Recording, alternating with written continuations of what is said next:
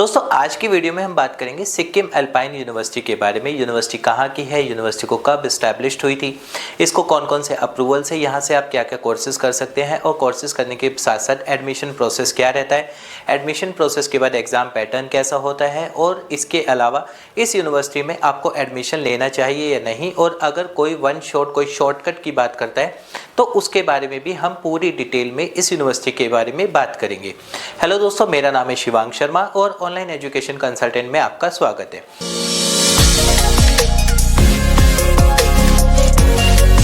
दोस्तों सबसे पहले तो हम बात कर लेते हैं सिक्किम अल्पाइन यूनिवर्सिटी के एस्टैब्लिशमेंट ईयर की। तो इसका जो एस्टैब्लिशमेंट ईयर है 28 अगस्त 2021 को इसको यूजीसी एक्ट के अंदर एनरोल किया गया था और तब से ये यूनिवर्सिटी रनिंग है।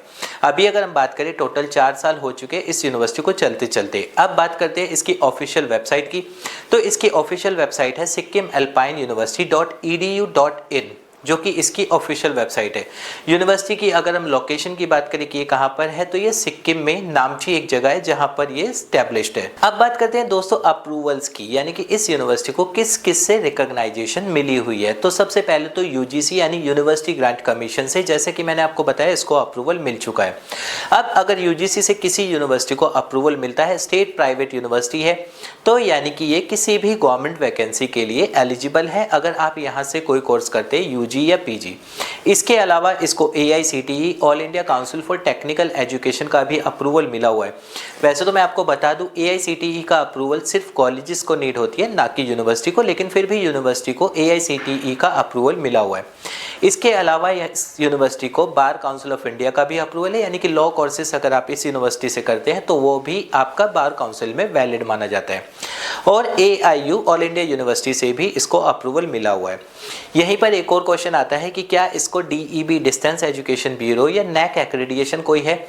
तो ना तो इस यूनिवर्सिटी को DEB का अप्रूवल है और ना ही अभी तक इस यूनिवर्सिटी पे कोई NAC एक्रेडिटेशन है, यानी कि ABCD कोई भी NAC एक्रेडिटेशन इस यूनिवर्सिटी को अभी तक नहीं मिली हुई है। बात करते हैं कोर्सेज की। तो यहाँ से अगर आप कोर्सेज करना चाहते हो तो UG PG में बहुत सारे कोर्सेज हैं जो आप यहाँ से कर सकते हैं, और डिप्लोमा इंजीनियरिंग और इसके अलावा लॉ कोर्सेज ये सब, और साथ साथ मेडिकल के भी कुछ कोर्सेज हैं, नर्सिंग वगैरह के, जो आप इस यूनिवर्सिटी से कर सकते हैं। हालांकि इस यूनिवर्सिटी को फार्मेसी काउंसिल ऑफ इंडिया का अप्रूवल नहीं है, बट हाँ सिक्किम स्टेट नर्सिंग का अप्रूवल है। तो वहाँ पर नर्सिंग के कुछ कोर्सेज ये यूनिवर्सिटी करवा सकती है जो कि सिर्फ और सिर्फ सिक्किम की ही स्टेट में वैलिड माने जाते हैं। अब नेक्स्ट हम बात करते हैं एडमिशन प्रोसेस की। एडमिशन अगर आप यहाँ लेना चाहते हैं तो ऑनलाइन फॉर्म प्रोसेस करके भी आप एडमिशन ले सकते हैं, और दूसरा तरीका है आप यूनिवर्सिटी में डायरेक्ट विजिट करके भी अपना एडमिशन करवा सकते हैं।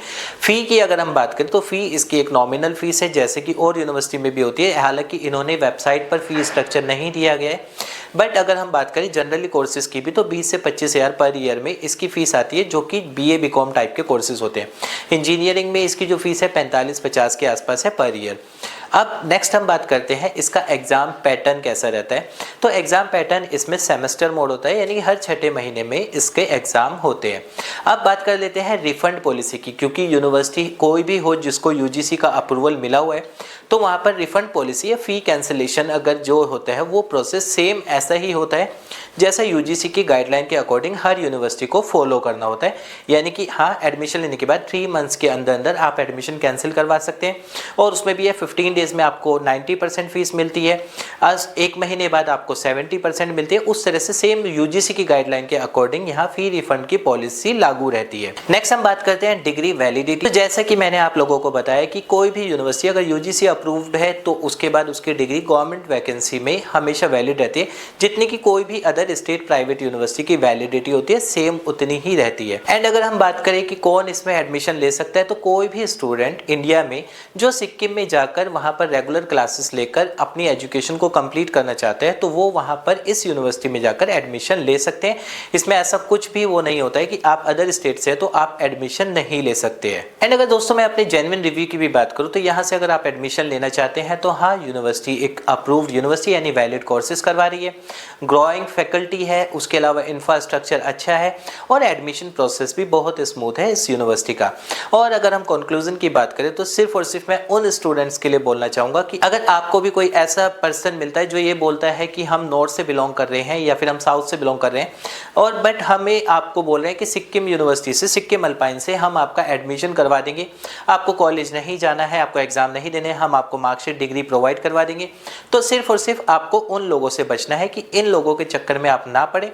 कि कोई भी अगर आपको इस तरह से सजेस्ट कर रहा है कि हाँ यूनिवर्सिटी में आप गए भी नहीं है, सिक्किम आपने देखा भी नहीं है, यूनिवर्सिटी कैंपस में आप विजिट नहीं किए, फैकल्टी का आपको पता नहीं है, और कोई अगर आपको बोलता है कि हाँ मैं उस यूनिवर्सिटी में आपका एडमिशन करवा सकता हूँ या उस यूनिवर्सिटी से मैं आपको मार्कशीट डिग्री प्रोवाइड करवा सकता हूँ, तो सिर्फ आपको उन लोगों से बचना है। बाकी यह है यूनिवर्सिटी विजिट कीजिए, कैंपस में जाइए, एडमिशन लीजिए, पूरी तरह से आप वैलिड अगर तरीके से करेंगे तो आपको आगे जाकर इन फ्यूचर कोई प्रॉब्लम नहीं आएगी। तो दोस्तों ये था सिक्किम अल्पाइन यूनिवर्सिटी के ऊपर एक छोटा सा ओवरव्यू। उम्मीद करूंगा आपको वीडियो पसंद आएगा, और अभी भी अगर आपके कोई डाउट्स हैं तो आप कमेंट कर सकते हैं, हम उसका रिप्लाई आपको कर देंगे।